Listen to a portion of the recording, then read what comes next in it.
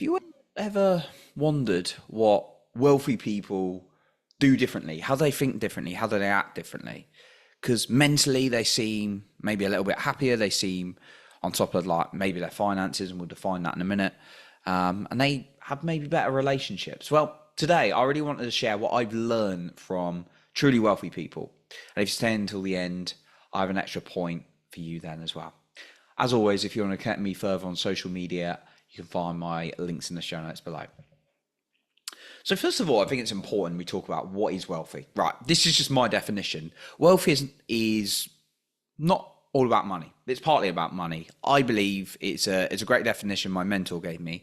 It's about being healthy, happy, and financially abundant. Healthy, happy, and financially abundant. That is what wealth is to me. All of those things, right? You could have a lot of money, you could be miserable, you could be unhealthy, right? So for me, that's what wealth is. Now, I've heard, like, I had a friend, and well, I've got a friend still, and this friend I remember a while ago said, "Oh, well, wealthy people are all greedy," and I disagreed with him. I mean, he didn't argue back, but I said, I think that's, in my personal perception, I think that's a generalization, and it depends what you mean by wealthy people. And then he went very quiet. So we didn't really continue the conversation because he was just frustrated at someone with a bit more money than him at the time. And given what he said, I could totally understand it, and I tried to emphasize with him, right? And it wasn't about me being right, but it's important that you are true to yourself, right? And what you believe, and totally up to you what you believe. I just share my views, obviously, on this podcast, and I want to really guide you mentally, emotionally as well, if I can do that as well. So there's a great book called Think and Grow Rich. Maybe you do, maybe you don't. And it's one of the greatest books on generating wealth ever. But it's also, underlying it is about those people who've financially done well were very content, very fulfilled in what they're doing. They generally had pretty good lives. And there's also a book on a legacy of it. So it's like modern day people talking about how they generated wealth. And there's some people I really admire in that book, including someone I've actually interviewed as well.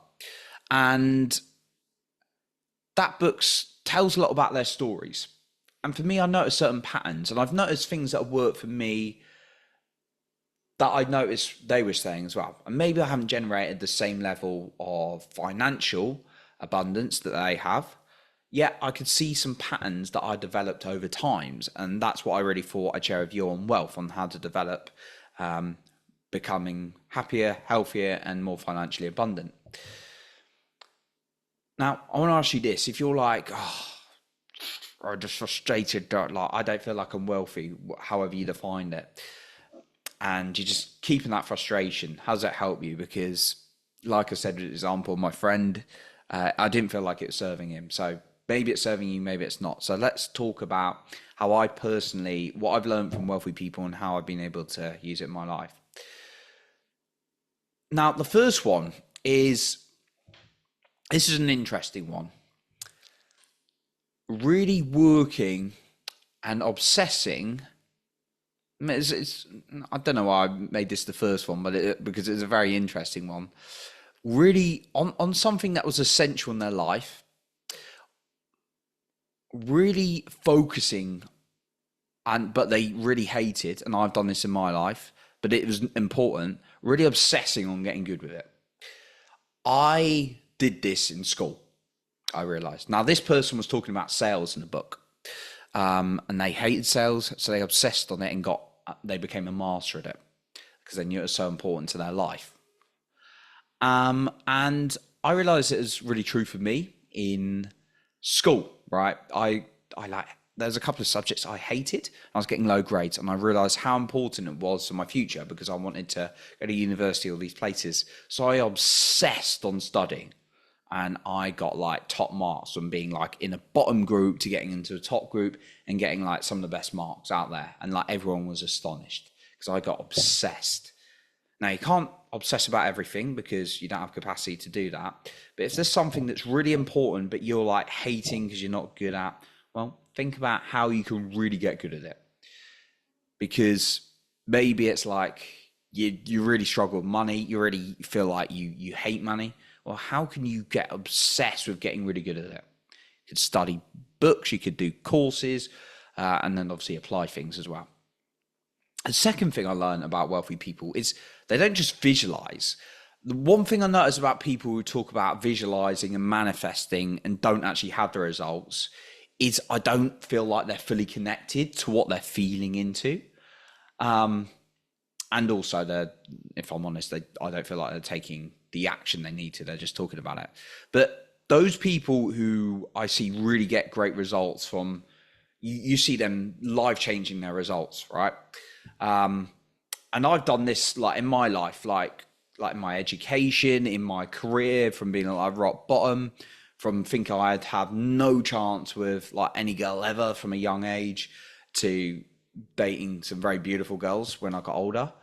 And from being chubby when I was younger to being in really, really good shape when I was older, I realized I really got to a point where I had to believe, I really believed it, made myself believe it, and I took the action, right? So feeling into visualization and taking the action is really, really key. And that's what I learned from wealthy people as well. Not just being like, I'm going to manifest $1 million and then just saying that passively and then not doing anything about it. You got to really feel it and move into it. The third one is you can only really, if you want to master something, it's really going to be limited on the amount of things you can master. You can get very good at things, but to really master something, you can only really master one thing. You know, you see people with multiple good abilities. Yeah, great. But usually there's one key thing that each individual absolutely is a master at. Like I can think of some of my heroes. Like you've got people like Gabby Bernstein comes to the top of my head. She is an outstanding, she's an outstanding writer. She's a great writer. She's a great kind of like thought leader. But if you look at her, in my view, she is a world-class speaker and she absolutely masters that.